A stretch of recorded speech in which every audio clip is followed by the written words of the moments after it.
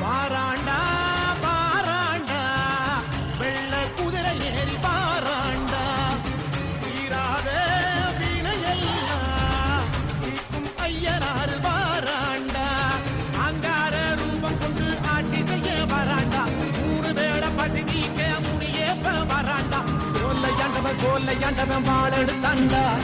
சொல்லி சொல்லி எதிரிகளின் தலையெடுப்பாண்டா